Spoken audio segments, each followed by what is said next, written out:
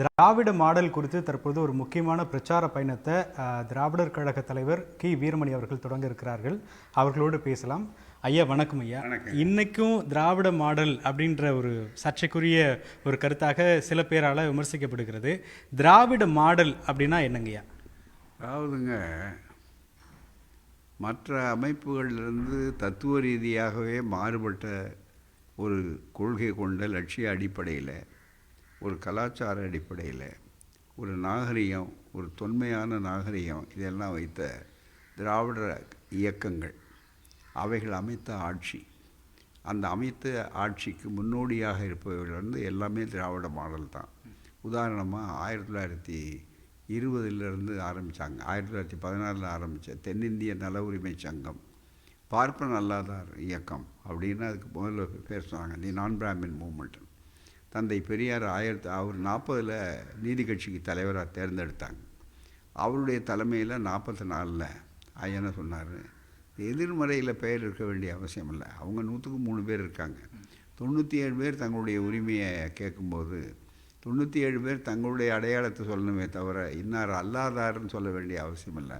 அதுக்கு சரியான அடையாளம் இருக்குது. அது திராவிடருங்கிறது கலாச்சாரம், பண்பு, மொழி, இடம் எல்லாவற்றுக்குமே மிக முக்கியம்.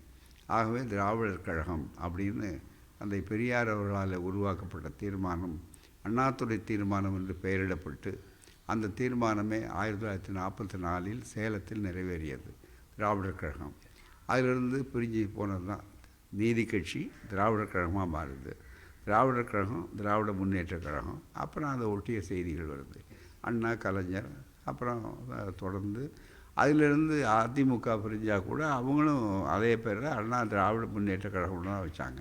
திராவிடர் அப்படிங்கிற முறையில் வந்தாலும் இந்த கொள்கையை மையப்படுத்திருந்தால் இன்றைக்கி இருக்கக்கூடிய ஆட்சியில் அதை பற்றி ஆய்வுகள் செய்த உடனே கூட ஆய்வாளர்களே கூட டிராவிடியன் மாடல்னு தான் கொடுத்தாங்க. இந்த பேரை வெறும் அரசியல்வாதிகள் கொடுக்கல, அதுக்கு பதிலாக ஆய்வாளர்கள், நோபல் பரிசு பெற்ற அறிஞர்கள் கூட மற்றவர்கள் எல்லாம் அதை ஏற்றுக்கொண்டிருக்கிற அளவுக்கு மிகப்பெரிய அளவுக்கு இருக்கிறார்கள். திராவிடங்கிறதுக்கு பாருங்கள், அது இடத்தை மட்டும் பொறுத்ததில்லை. சில இடங்களில் அந்த இடத்தை இருக்கலாம், மொழி, கலாச்சாரம், மக்கள். இதை உதாரணமாக நம்முடைய நாட்டுப்பண்ணு எழுதின ரவீந்திரநாத் டாகூர் வங்காளத்தை சார்ந்தவர். அவரே திராவிட உத்கல வங்கா. திராவிடங்கிறது சிலர் நினைக்கிற மாதிரி, இன்றைக்கி சில பேர் புரியாமல் பேசுகிற மாதிரி, திராவிடங்கிற சொல் கால்டுவெல் உருவாக்கின சொல் அல்ல. கால்டுவெல் 200 வருஷத்துக்கு முன்னால் வந்தவர். மனு தர்மத்திலேயே 10வது அத்தியாயத்தில் 140 திராவிடம் அப்படின்னு மனு தர்மத்திலே இருக்குது புராணத்தில். பாகவத புராணத்தில் திராவிட தேசம், திராவிடம் அப்படின்னு இருக்குது. ஆகவே அந்த அடிப்படையில் வந்த ஒரு ஆட்சி. ஆகவே இன்றைக்கு நடந்து கொண்டிருக்கு. அந்த ஆட்சி சமூக நீதிக்காக தான் அந்த இயக்கமே பிறந்தது.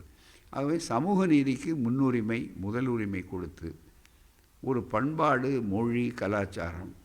ஏன்னா இந்த இன்னமும் தென்னாட்டில், தமிழ்நாட்டில் இருமொழி கொள்கை, இந்தியாவிலே இருமொழி கொள்கையை சட்டபூர்வமாக ஒரு 50 ஆண்டுகளுக்கு மேலே நடத்தியிருக்கிற ஒரே ஒரு ஆட்சி இதுதான். இந்தியாவிலேயே 69% இடஒதுக்கீடு என்பது நிலைநாட்டப்பட்டு அதுக்கு அரசியல் சட்ட பாதுகாப்பு இருப்பதும் இதுதான். பெரியார் அவ்வளோ பெரிய தலைவர் காங்கிரஸில் அரும்பாடுபட்டு காங்கிரஸை விட்டு வெளியே ஒரு சுயமரியாதை இயக்கம், திராவிடர் கழகம், இதுக்கெல்லாம் வழிகாட்டியாகவும் இந்த ஆட்சிகளுக்கெல்லாம் இந்த ஆட்சியே பெரியாருக்கு காணிக்கையாக்கப்பட்ட ஆட்சி. இன்றைய அதே அண்ணா சொன்னார். அதுக்கப்புறம் கலைஞர் பெரியாருடைய நெஞ்சில் தைத்த முள்ளை எடுக்கிறேன்னார். இன்றைக்கி வந்திருக்கிற நம்முடைய முதல்வர் அவர்கள் பெரியாருடைய பிறந்தநாள் சமூக நீதி நாள், அதுதான் மிகப்பெரிய அளவு பெரியாருக்கு இந்த ஆட்சியும் காணிக்கைன்னு அதையே மறுபடியும் உட்படுத்தினார். ஆகவே இந்த பெரியாருடைய தத்துவங்கள் இது அத்தனையும் இருக்கக்கூடியதுங்கிறது மிக முக்கியமான திராவிடம் அப்படிங்கிறது தான். சமூக நீதிக்கானது. சமூக நீதி, ஜாதி ஒழிப்பு, வர்ணாசிரம ஒழிப்பு, குலக்கல்வி திட்டம், இந்த மாதிரி எல்லாம் ஒழித்து எல்லாருக்கும் தத்துவ ரீதியாக, கொள்கை ரீதியாக, இது வெறும் அரசியலுக்கான ஆட்சி அல்ல. மற்ற கட்சிகள் வந்தால் அது வெறும் அரசியல், ஒரு கட்சி இன்னொரு கட்சியே இருக்குங்க. ஆகவே தமிழ்நாட்டை பொறுத்தவரையில் அப்படி இல்லை. இந்த இயக்கம் தொடங்கின வகுப்பு உரிமை செல்லாதுன்னு தீர்ப்பு கொடுத்தா உடனே முதலாவது அரசியல் சட்ட திருத்தம், அதுக்கப்புறம் 69% அரசியல் சட்ட திருத்தம், இது அத்தனைக்கும் மக்கள் மத்தியில் இருக்குது. ஆகவே தான் திராவிட மாடல்னால் இது தனித்தன்மை கொண்டது. எனவே திராவிட மாடல்னால் எடுத்துக்காட்டான திராவிட எடுத்துக்காட்டாக இருக்குது. இப்போ நீங்கள் பார்த்தீங்கன்னா இந்தியாவுக்கே பிற்படுத்தப்பட்டவர்களுக்கு நீட் தேர்வில் கூட இடஒதுக்கீடுலன்னா எல்லாருக்கும் கொடுத்தோம். அதே மாதிரி கம்யூனல் ஜீவோ வகுப்பாரி உரிமை வந்து 1928 நீதி கட்சி கொண்டு வந்தது இருந்து செல்லாதுன்னு சொல்லி தீர்ப்பு கொடுத்தாங்க. உடனே அம்பேத்கர் பெரியார் போராடி நேரு அம்பேத்கர் முதலாவது அரசியல் சட்ட திருத்தம் பண்ணாங்க. தமிழ்நாட்டுக்கு மட்டும் இருந்த அந்த இடஒதுக்கீடு பிற்படுத்தப்பட்டவர்களுக்கு அந்த தீர்ப்பு மூலம் இந்தியா முழுக்க வந்தாச்சு. அவங்க வழக்கு போடல, நாம் வழக்கு போட்டு பெரியார் தான் போராடினார். பெரியாருடைய போராட்டம் நெல்லுக்கரைத்த நீர் வாய்க்கால் வழியோடி புல்லுக்கு மாங்கை போது இந்தியா பூராவுக்கும் கிடைச்சது. அதனால் இந்தியா பூராவும் சமூக நீதிக்கு வழிகாட்டக்கூடிய ஆட்சி திராவிட மாடல். இன்னைக்கு தலைமுறை வந்து என்ன சிக்கல் அப்படின்னா, அருகில் இருக்கக்கூடிய கேரளா, ஆந்திரா, கர்நாடகா இந்த மாநிலங்கள் திராவிடம் அப்படின்ற சொல்லை வந்து பயன்படுத்துறதில்ல. இது தமிழ்நாட்டில் மட்டும்தான் இந்த சொல்லாடல் இருக்கா, இல்லை அவங்களாம் இதை விட்டுட்டாங்களா? இல்லை, அவங்களுக்கும் அந்த உணர்வுகள் இருக்குது. திராவிடங்கிறது இடத்த பொறுத்தது அல்ல. சில பேர் தவறாக புரிஞ்சுக்கிட்டதுனால தான் திராவிடங்கிறது இருக்க தென்னாட்டுக்கு பதிலாக திராவிடம்னு இடத்த வச்சுக்கணுன்னா அவங்க ஏற்றுக்கிறாங்களா இல்லையாங்கிறது இல்லை. இப்போ அங்கேயும் இந்திய எதிர்ப்பு வருது, அங்கேயும் மாநில சுயாட்சி உரிமை வருது, எல்லா இடத்துலையும் வருது. எப்பவுமே முதல்ல ஒரு விழிப்புணர்வு ஏற்படுச்சு இங்கே.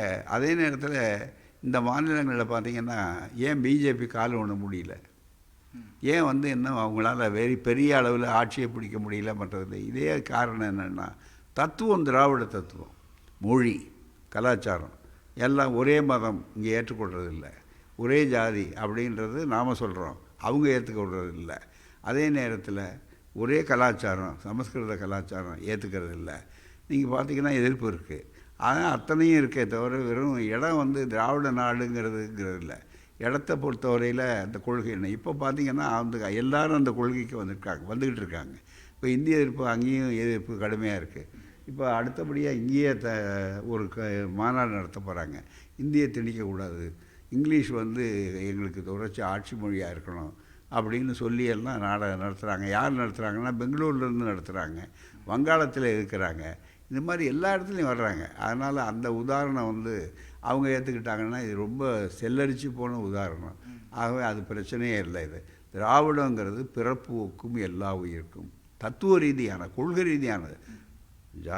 சமத்துவம், சம வாய்ப்பு, பெண்ணுரிமை, எல்லாருக்கும் கல்வி, எல்லாருக்கும் உத்தியோகம், அனைவருக்கும் அனைத்தும், இதுதான் திராவிடம். எல்லாருக்கும் எல்லாம் கிடையாதுன்னு சொல்கிறது திராவிட மாடலுக்கு எதிரான தத்துவம். அவ்வளோ. இப்போ சமீபத்தில் பாஜக தமிழகத்தில் காலொன்றக்கூடிய சூழலாக பார்க்குறீங்க. 4 இடங்களில் வந்து வந்திருக்கிறாங்க.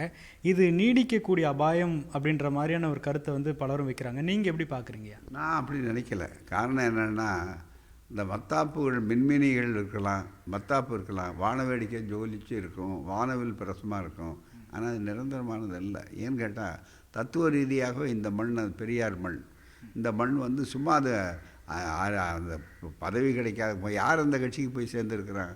போலீஸில் தேடப்படுற அத்தனை பேரும் அங்கே இருக்கிறாங்க. கட்சியில் சேர்றதுக்கு வர்றான், போலீஸ்காரன் வந்த உடனே எடுத்து போகாமல் அந்த கட்சி எப்படி இருக்குன்னு உங்களுக்கு தெளிவாக தெரியும். பணபலம், பத்திரிகை பலம், மத்தியில் அந்த ஆட்சி இல்லைன்னா இவர்கள் இங்கே போய் இந்த கட்சியில் இந்த அளவுக்காவது இருப்பார்களாங்கிற கேள்விக்குறி. சேர்ந்த உடனே எல்லாருக்கும் ஒரு போலீஸ் பாதுகாப்பு, ஒரு பதவி, ஒரு இது ஆடம்பரம், இப்போ இதை வச்சு கொண்டு கொஞ்சம் இருக்குது. அதனால் இது வந்து திடீர்னு இது வளர்ச்சி இல்லை, வீக்கம். இப்போ தொடர்ச்சியாக இரட்டை இலை சின்னம் வந்து முடக்கப்பட்டுச்சு அப்படின்னா வரக்கூடிய நாடாளுமன்ற தேர்தலோ இந்த இடைத்தேர்தலோ பாஜக போட்டியிடக்கூடிய தாமரை சின்னம் 2வது இடத்திற்கு வந்துடும் அப்படின்ற ஒரு பார்வை இருக்குது. அது சரியாக இருக்குமா? அது நல்ல கனவு காண சொன்னார் யார், அப்துல் கலாம். அவர் வந்து இந்த மாதிரி அர்த்தம் கனவு காண்றதுன்னா விளைவுன்னு பொருளில் சொன்னார். இப்போ இவங்க ஏதோ கனவு காண்றாங்க. என்ன பண்ணாலும் இது கட்டாந்தரையில், இது கட்டாந்தரை, இதில் தாமரை மலர்றார்.